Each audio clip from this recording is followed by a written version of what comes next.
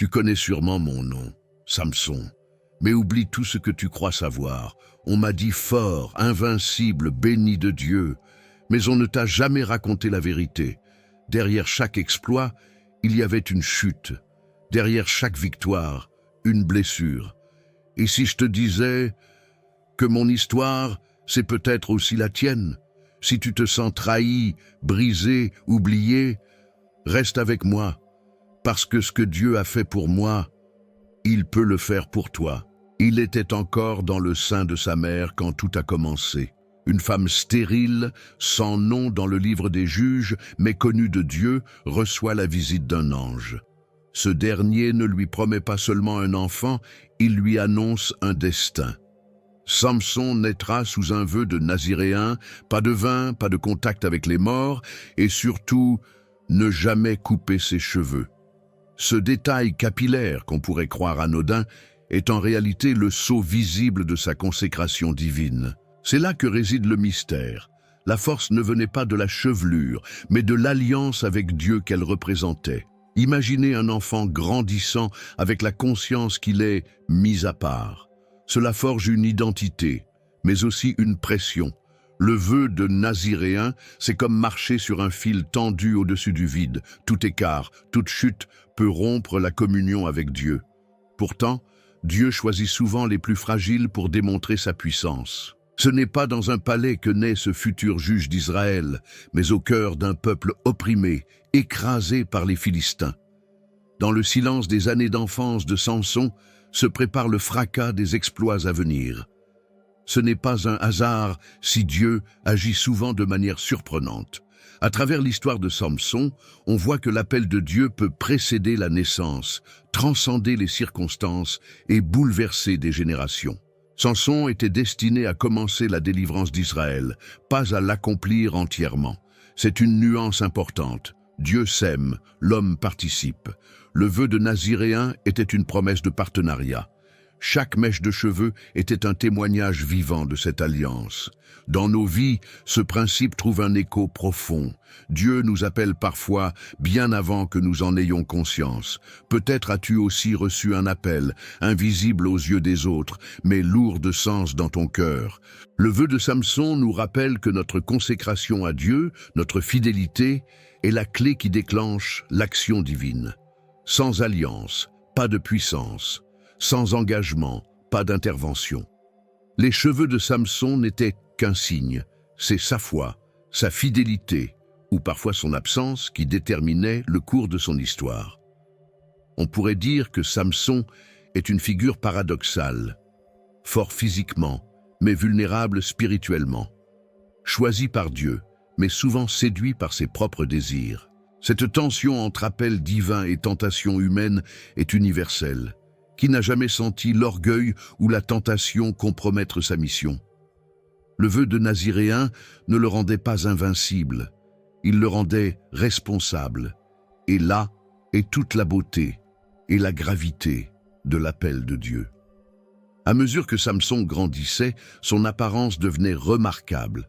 Ses cheveux longs, signe de son vœu, attiraient les regards, mais aussi les convoitises. Dans une époque où l'oppression était constante, où Israël pliait sous la main de fer des Philistins, un homme comme lui incarnait l'espoir ou le danger. Et c'est dans ce climat d'oppression que commence la seconde phase de son destin, la confrontation avec un ennemi séculaire. À cette époque, Israël était à genoux. 40 longues années d'oppression sous le joug des Philistins, un peuple aguerri, organisé et technologiquement supérieur. Leur secret, le fer. Tandis que les Hébreux en étaient encore à l'ère du bronze, les Philistins maîtrisaient les armes de fer, forgées pour tuer, conquérir et dominer. Leur puissance militaire n'était pas qu'une question de technologie, mais de stratégie. Ils contrôlaient les routes, les récoltes, les villes fortifiées et les esprits. Israël n'avait plus de juge, plus de courage, seulement la peur. C'est dans ce contexte de domination étouffante que Samson entre en scène. Un peuple sans espoir a toujours besoin d'un leader, et Dieu choisit souvent les plus improbables pour accomplir son dessein. Les Philistins n'étaient pas seulement une menace physique, Ils étaient aussi un miroir de ce que devient un peuple qui oublie son Dieu. Enfermés dans une routine de soumission, beaucoup d'Israélites avaient fini par accepter leur sort, troquant la liberté promise contre la paix illusoire. Mais Dieu n'avait pas oublié son alliance. L'oppression, dans la Bible comme dans nos vies, est souvent une école de transformation. Elle révèle les faiblesses, mais prépare aussi les délivrances. Le cri silencieux d'Israël montait vers Dieu. Et quand Dieu entend, il agit. Samson, avec sa force impressionnante, son vœu de naziréen et sa mission de juge, devient la réponse divine à un peuple brisé. Ce n'était pas un roi ni un général, mais un homme. Un seul homme peut-il renverser un empire? Oui, si cet homme marche avec Dieu. Les Philistins avaient des forteresses, des soldats, des chars. Mais Samson avait quelque chose qu'aucune armée ne peut acheter, le pouvoir de Dieu. C'est cette force-là qui lui permettra plus tard d'arracher les portes de Gaza, de détruire un lion à main nue, ou encore de frapper 1000 ennemis avec une simple mâchoire d'âne. Chaque victoire de Samson n'était pas une démonstration d'ego, mais une preuve que l'oppression des Philistins n'était pas une fatalité. Dieu intervenait à travers la faiblesse d'un homme pour manifester sa gloire. Dans notre monde moderne, les Philistins existent encore. Ils portent d'autres noms: addiction, abus de pouvoir, systèmes injustes, orgueil, tentation. Ce sont ces forces qui écrasent l'homme, lui volent sa dignité et tentent de faire taire la voix de Dieu. Mais tout comme Dieu a levé Samson pour Israël, il peut encore aujourd'hui susciter des libérateurs dans nos foyers, nos églises, nos nations. Des hommes et femmes qui refusent la prison de l'oppression, qui se lèvent avec foi. La bataille ne fait que commencer. Si Dieu choisit de répondre à l'oppression, ce n'est pas seulement pour briser des chaînes visibles, mais pour restaurer l'alliance invisible. Samson n'était pas un héros parfait, mais il était disposé. Et parfois, Dieu n'attend pas la perfection, mais la disponibilité. L'ennemi est puissant, certes, mais il n'est pas invincible.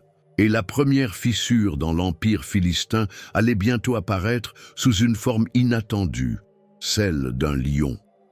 Vous êtes-vous déjà senti perdu, déconnecté de qui vous êtes vraiment, sans savoir quel est le plan de Dieu pour votre vie? La vérité, c'est que vous n'êtes pas ici par hasard. Dieu a un but pour vous, et je veux vous aider à le découvrir. C'est pourquoi j'ai créé 3 e-books qui transformeront votre parcours avec Dieu. Cliquez sur le lien dans le commentaire épinglé et commencez votre transformation dès maintenant. Dès sa jeunesse, quelque chose d'inhabituel habitait Samson. Ce n'était pas seulement une carrure imposante, mais une force surnaturelle, une puissance qui défiait toute logique humaine. Ce don ne venait ni d'un entraînement militaire, ni d'une potion magique, mais d'une alliance invisible, celle du vœu de naziréen. Sa force était le reflet de son obéissance, le fruit direct de sa consécration à Dieu. Ce lien, aussi discret qu'un cheveu sur la tête, était en réalité le pilier de sa puissance. Un jour, alors qu'il descendait vers Timna, un lion surgit des fourrés. N'importe qui aurait fui, crié, supplié, mais pas Samson. Il l'empoigna à main nue et le déchira comme on fend un agneau. Ce n'était pas un exploit pour briller, c'était une révélation. Quand Dieu agit à travers un homme, même la bête la plus féroce devient poussière. Le lion, symbole de pouvoir et de terreur, n'était plus qu'un souvenir, une preuve que la force de Dieu n'a pas de limite. Mais ce n'était que le début. Samson allait bientôt affronter 1000 Philistins, seul, pas avec une épée forgée dans le fer, non, avec la mâchoire d'un âne. Ce détail peut prêter à sourire, mais il cache une vérité puissante. Dieu utilise ce qui est insignifiant aux yeux du monde pour confondre les puissants. Cette mâchoire, trouvée par hasard sur le sol, devint l'instrument d'une victoire retentissante. 1000 ennemis tombèrent. Ce jour-là, Samson n'était pas un homme, mais un juge revêtu de feu. La force de Samson n'était pas continue, ni automatique. Elle ne se manifestait que lorsque l'Esprit de Dieu descendait sur lui. Cela nous enseigne que nos capacités naturelles, aussi impressionnantes soient-elles, ne sont rien sans l'onction divine. Ce n'est pas la puissance physique qui fait la différence, mais la dépendance à Dieu. Et c'est là que beaucoup échouent, en croyant que le don est un acquis et non un dépôt confié temporairement. Dans notre vie quotidienne, nous ne combattons peut-être pas des lions ou des armées ennemies, mais nous faisons face à des défis tout aussi féroces. Le découragement, la maladie, la tentation, l'injustice. Comme Samson, Dieu peut nous donner la force de les surmonter, mais il faut rester connecté à la source. Quand tu sens que tout s'effondre, souviens-toi, la même force qui a terrassé un lion peut t'habiter si ta foi est enracinée en Dieu. Et pourtant, avec chaque victoire, une ombre grandissait dans le cœur de Samson. Une fierté subtile, un sentiment d'invincibilité. L'orgueil, cet ennemi silencieux, commençait à ronger les fondations de sa foi. Et bientôt, ce ne serait pas un champ de bataille, mais une passion interdite qui mettrait à l'épreuve sa véritable force. Le contenu vous a plu et il a fait une différence pour vous? Cliquez sur « Merci » et soutenez notre travail. Contre toute attente, Samson tombe amoureux, mais pas de n'importe qui. Il jette son regard sur une femme philistine, ennemie naturelle d'Israël. Pour ses parents, c'est une incompréhension totale. Pourquoi veux-tu épouser l'ennemi de ton peuple? Mais Samson insiste. Ce mariage, dit-il, vient de Dieu. Et pourtant, dans cette union naissante, se cache déjà une fracture. Ce n'est pas l'amour qui est en faute, mais la frontière brisée entre appel divin et désir personnel. L'amour a souvent ce pouvoir étrange de nous aveugler. Même les hommes forts peuvent être désarmés par une affection mal dirigée. Samson, juge d'Israël, porteur d'un vœu sacré, s'enflamme pour une femme qui n'appartient pas à l'alliance de Dieu. Ce n'est pas seulement une histoire d'amour, c'est le début d'une tension spirituelle. Comment concilier la volonté de Dieu avec des sentiments qui, bien que sincères, mènent sur une pente glissante? Ce mariage déclenche des tensions, non seulement avec ses parents, mais avec son propre peuple. Certains le voient comme un traître, d'autres comme un fou. Mais Dieu, dans sa souveraineté, utilise même nos erreurs pour accomplir son plan. La passion de Samson devient un levier entre lui et les Philistins. Par amour, il ouvre une porte. Par cette porte, la vengeance, la guerre et la rédemption passeront tour à tour. Même nos choix les plus douteux ne peuvent contrecarrer le dessein de Dieu. Il faut dire que la passion de Samson n'était pas équilibrée. Il cherchait à combler un vide, mais sans discernement spirituel. L'amour n'est jamais neutre. Il est soit un pont vers la bénédiction, soit une brèche vers la chute. Et dans cette relation, la trahison était tapie dans l'ombre. On ne joue pas avec le feu sans se brûler. Ce feu-là, celui de l'attirance non sanctifiée, allait embraser toute sa destinée.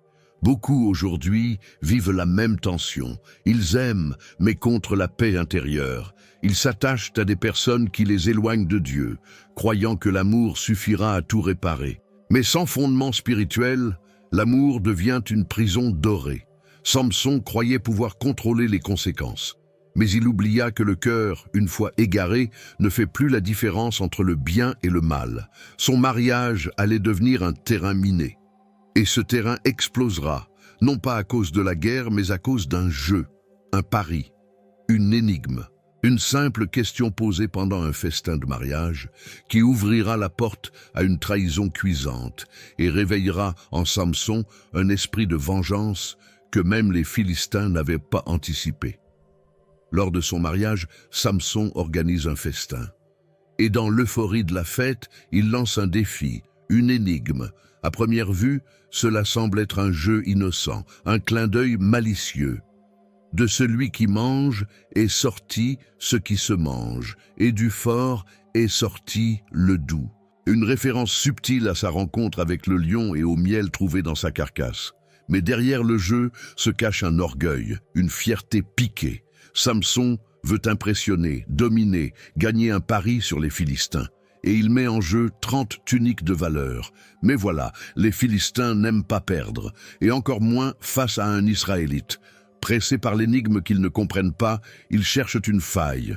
Ils menacent sa femme philistine, la suppliant, puis la forçant à trahir son mari. Elle le supplie à son tour, jour après jour, jusqu'à ce qu'il cède. La réponse tombe. La trahison aussi. Ce n'est plus un jeu, c'est une humiliation. Samson, le fort, le juge, le consacré, vient d'être dupé.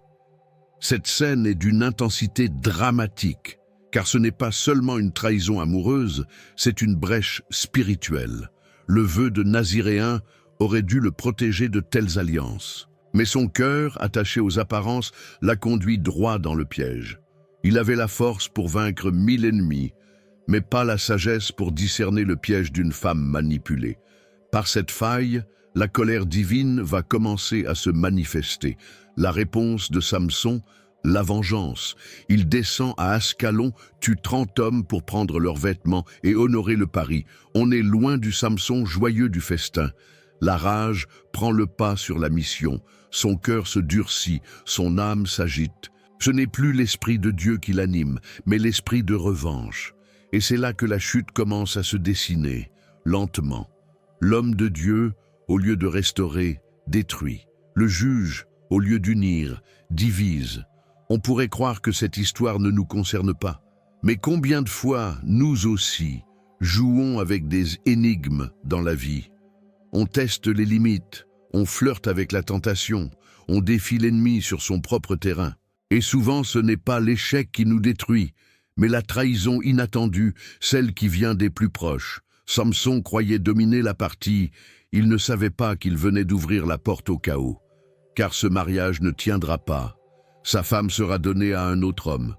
Et c'est cette insulte finale qui déclenchera la prochaine étape. Samson ne frappera pas cette fois avec une mâchoire d'âne, mais avec le feu. Littéralement. Il va relâcher dans les champs des renards enflammés, et les récoltes des Philistins partiront en cendres. Quand Samson découvre que sa femme a été donnée à un autre homme, la colère prend feu dans son cœur. Il ne crie pas, il n'argumente pas, il agit. Et d'une manière que seul un esprit bouillonnant pouvait imaginer, il capture 300 renards, les attache par la queue 2 par 2, y fixe des torches allumées et les lâche dans les champs des Philistins. Les blés, les vignes, les oliviers, tout brûle. Le feu devient le langage de sa vengeance. Ce n'est plus un homme blessé, c'est un volcan divin en éruption. La scène est saisissante. Un homme seul, usant de renards comme des flèches de feu pour répondre à une trahison personnelle. Mais derrière ce geste, il y a plus que la colère. Il y a une justice divine en marche. Les Philistins, arrogants et cruels, avaient piétiné la dignité d'un homme consacré. Et maintenant, c'est leur prospérité, leur orgueil, leur puissance agricole qui partent en fumée. Dieu permet parfois qu'un acte apparemment extrême serve d'avertissement public. Mais l'engrenage est lancé. Les Philistins réagissent avec brutalité. Ils tuent la femme de Samson et son père. Cette réponse ne calme rien, elle aggrave tout. Samson, pris entre sa passion trahie et son appel divin, répond encore par la force. Il les frappe d'un grand coup. Ce n'est plus une vengeance isolée, c'est une spirale. Chaque action appelle une réaction, et le sang appelle le sang. Le feu, dans la Bible, symbolise souvent le jugement. Et ici, il dévore sans distinction. Dans cette histoire, le renard devient un symbole puissant, rusé, rapide, incontrôlable. Samson utilise un outil qui reflète son propre état intérieur. Il est devenu, lui aussi, un renard spirituel, incontrôlable, imprévisible. Et pourtant, même dans sa rage, Dieu l'utilise. C'est cela le mystère. Dieu ne cautionne pas nos péchés, mais il peut les intégrer à son plan. Comme dit Joseph à ses frères dans Genèse 50-20, « Vous aviez médité de me faire du mal.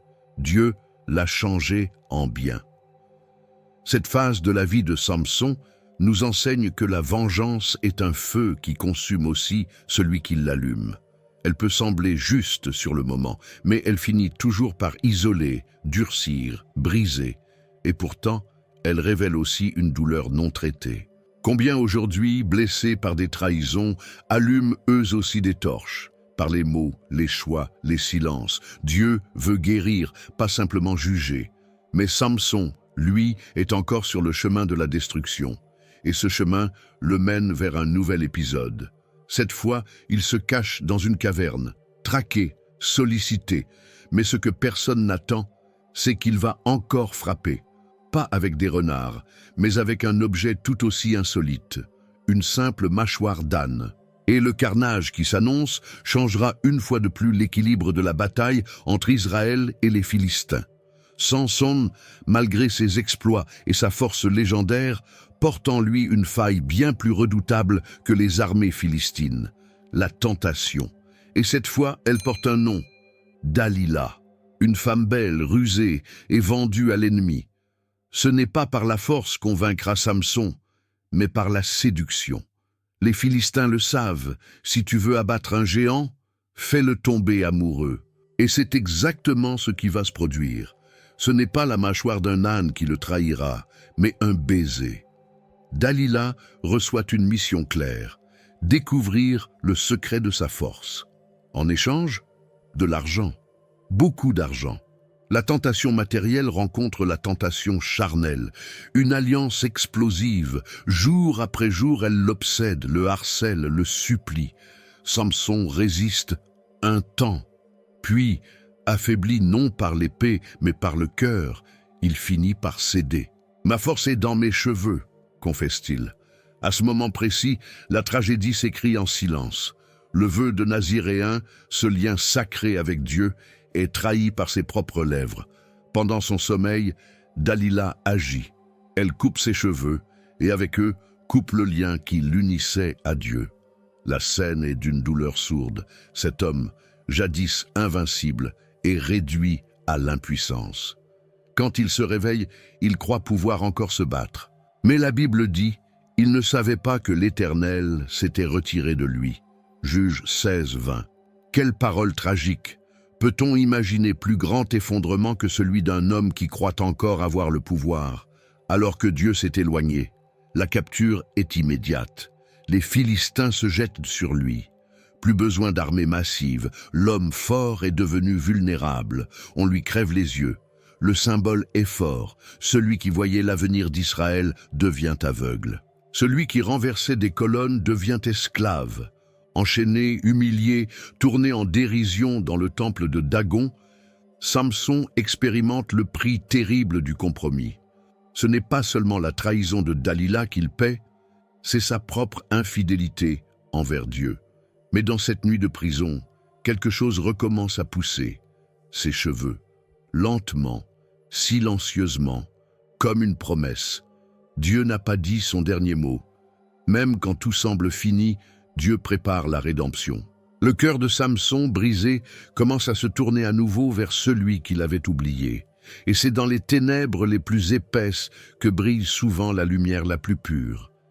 Car la fin de l'histoire n'est pas encore écrite. Un dernier acte, une ultime prière, une main posée sur 2 colonnes, et le destin de Samson comme celui d'Israël basculera une dernière fois. Mais ce sera un acte de foi, un sacrifice, une vengeance sainte.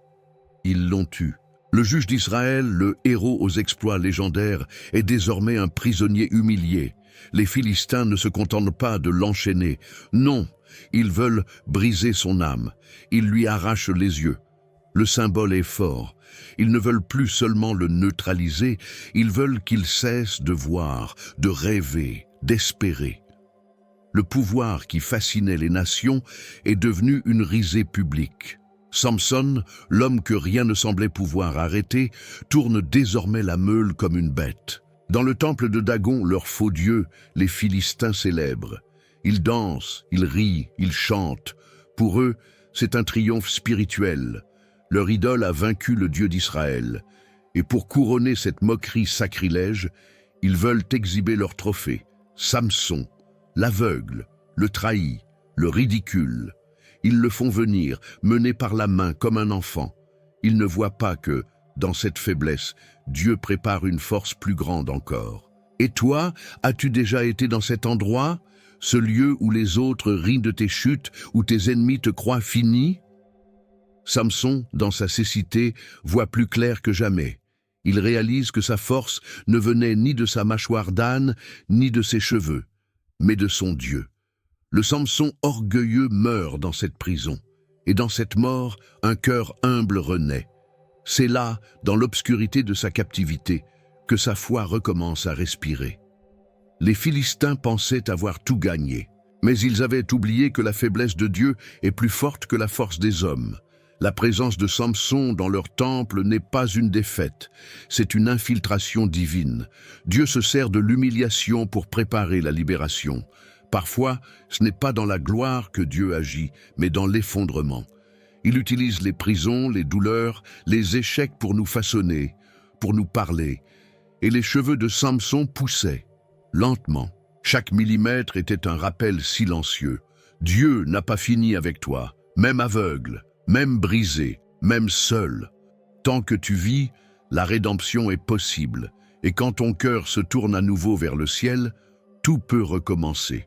Samson, dans l'ombre, n'est plus un homme de colère, mais un homme de prière. Bientôt, ses mains toucheront 2 colonnes. Et dans ce dernier souffle, ce n'est pas la rage qui parlera, mais la foi. Ce ne sera pas un simple acte de vengeance. Ce sera un acte de sacrifice. Et les cieux, une fois encore, écouteront le cri d'un homme que tout le monde croyait fini. Les rires des Philistins résonnent sous les voûtes du temple. Ils se croient invincibles, maîtres du destin. Mais ils ne savent pas qu'au cœur de leur fête païenne, Dieu prépare sa propre célébration, celle de la justice. Samson, aveugle, humilié, mené par la main comme un enfant, est placé entre les 2 colonnes centrales du temple. Il ne leur inspire plus la crainte, seulement le mépris. Et pourtant, c'est précisément là que Dieu aime agir, quand tout semble perdu. Alors, Samson prie, pas pour sa gloire, pas pour une nouvelle chance de vivre. Il prie pour un dernier acte, un geste de rédemption. Il dit, « Seigneur éternel, souviens-toi de moi, je te prie, fortifie-moi seulement cette fois. » Juge 16, 28. C'est une prière simple, mais puissante. Il ne demande pas la victoire, mais la force d'accomplir la volonté de Dieu une dernière fois. Et dans cette prière, il y a tout, la repentance, la foi, l'humilité, la mission.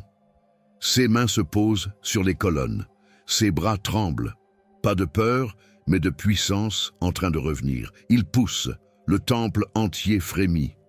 La foule, enivrée de joie il y a un instant, sent le sol vaciller sous ses pieds. Les pierres craquent, les piliers cèdent. Et dans un fracas de fin du monde, le temple s'effondre. Des milliers de Philistins meurent ce jour-là, plus qu'aucun autre combat que Samson est livré.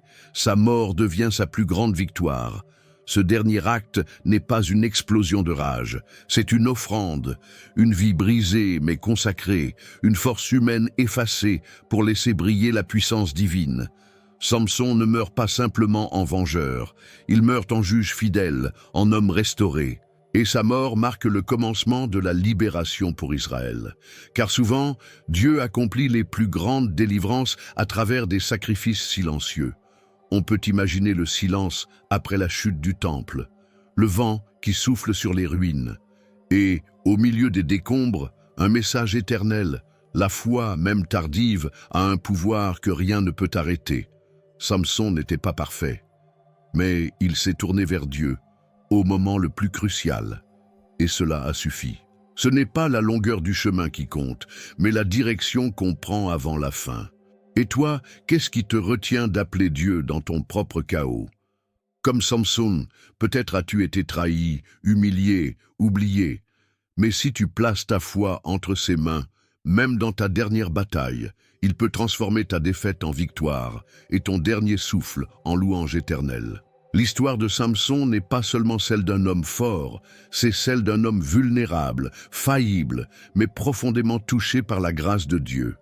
Il a été élevé pour libérer Israël, mais a souvent agi selon ses émotions plutôt que selon sa mission. À travers ses choix, bons comme mauvais, on découvre que l'appel de Dieu ne garantit pas une vie exempte d'erreurs, mais plutôt une vie marquée par des occasions constantes de revenir à lui. Chaque chute de Samson fut un rappel. Même les élus peuvent se perdre, et même les perdus peuvent être restaurés. Le parcours de Samson révèle avec force les ravages de l'orgueil, cette fêlure invisible qui fait croire à l'homme qu'il est intouchable. Pourtant, celui qui a tué un lion, emporté les portes de Gaza et terrassé 1000 ennemis n'a pas su résister aux séductions du cœur. Le danger ne résidait pas dans ses ennemis extérieurs, mais dans ses compromissions intérieures. La force sans maîtrise devient destruction, et lorsque l'on joue avec les limites fixées par Dieu, le pouvoir devient poison. Mais au-delà du drame se dévoile un message d'espérance. La force de Samson n'était pas simplement dans ses bras, mais dans sa capacité à se relever intérieurement. Même aveugle, même captif, il a su retrouver le chemin de la foi. Sa prière, simple mais sincère, a été entendue. Il n'a pas demandé de revivre, il a demandé à accomplir une dernière fois la volonté de Dieu. Ce n'est pas la longueur de la vie qui compte, mais sa direction au moment décisif. Cette vie tourmentée nous rappelle que Dieu ne cherche pas des êtres parfaits, mais des cœurs tournés vers lui. Samson a été juge d'Israël, non par sa pureté, mais par la main de Dieu sur lui. Et lorsque tout semblait perdu, sa force, sa vue, sa dignité, c'est dans l'abandon total que la victoire finale a jailli. Il est mort dans un acte de foi, sacrifiant sa propre vie pour libérer son peuple. Ce n'était pas une vengeance désespérée, mais un acte de justice inspiré par Dieu. Le récit de Samson est un avertissement autant qu'un encouragement. Il enseigne que le plus grand ennemi de notre appel peut être en nous-mêmes, l'orgueil, la distraction, la tentation. Mais il rappelle aussi que Dieu est fidèle, même quand nous ne le sommes pas, et qu'il est toujours prêt à nous redonner la force si nous venons à lui avec humilité. À travers les colonnes brisées de ce temple, Dieu a montré qu'il peut encore utiliser ce que les hommes considèrent comme fini. Ainsi se termine l'histoire de Samson. Non pas dans la honte, mais dans la gloire d'une foi retrouvée. Non pas comme un héros parfait, mais comme un homme racheté, un juge tombé, devenu un instrument de justice. Que son histoire nous enseigne à marcher non dans notre propre force, mais dans celle de Dieu, et à ne jamais oublier que la foi, même dans ses dernières secondes, peut encore écrire une éternité. L'histoire de Samson n'est pas juste un récit du passé, c'est un miroir. Elle nous montre que Dieu peut relever même ceux qui ont touché le fond. Alors pose-toi cette question. Quelle colonne Dieu t'appelle-t-il à renverser aujourd'hui? Qu'est-ce que tu dois abandonner pour retrouver ta vraie force? Prends le temps de méditer, prie et agis avec foi.